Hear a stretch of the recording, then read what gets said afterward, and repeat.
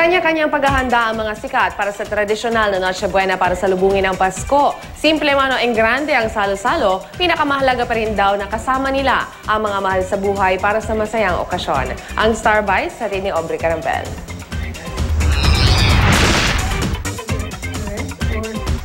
Gaya ng marami, may kanya-kanyang tradisyon na sinusunod ang mga celebrity sa Noche Buena. Pero halos lahat daw sila, mas magiging simple lang ang selebrasyon ngayong taon.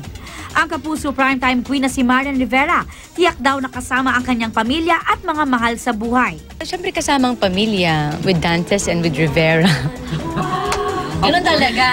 Tapos magsisimba, siyempre bilang pasasalamat sa isang taon na namang nagdaan, panibagong buhay, panibagong, alam mo yun, mga blessings. Excited naman si Jurina Magdangal na ipagdiwang ang Pasko ngayong malapit na rin niyang isilang ang kanilang baby boy ng asawang si Mark Escueta.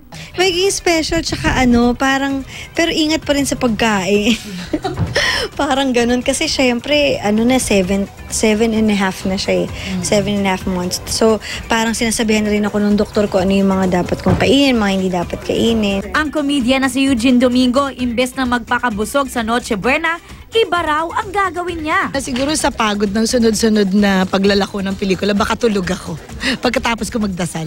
Si Casey Concepcion sa Pampanga naman magno-Noche Buena. Ang family ko, magdi-dinner lang kami sa Clark, Pampanga, since Kapampangan nga po yung pamilya namin. And then from there, magsaspend kami ng time ng mommy ko this 25th. Aubrey Carampel, GMA News.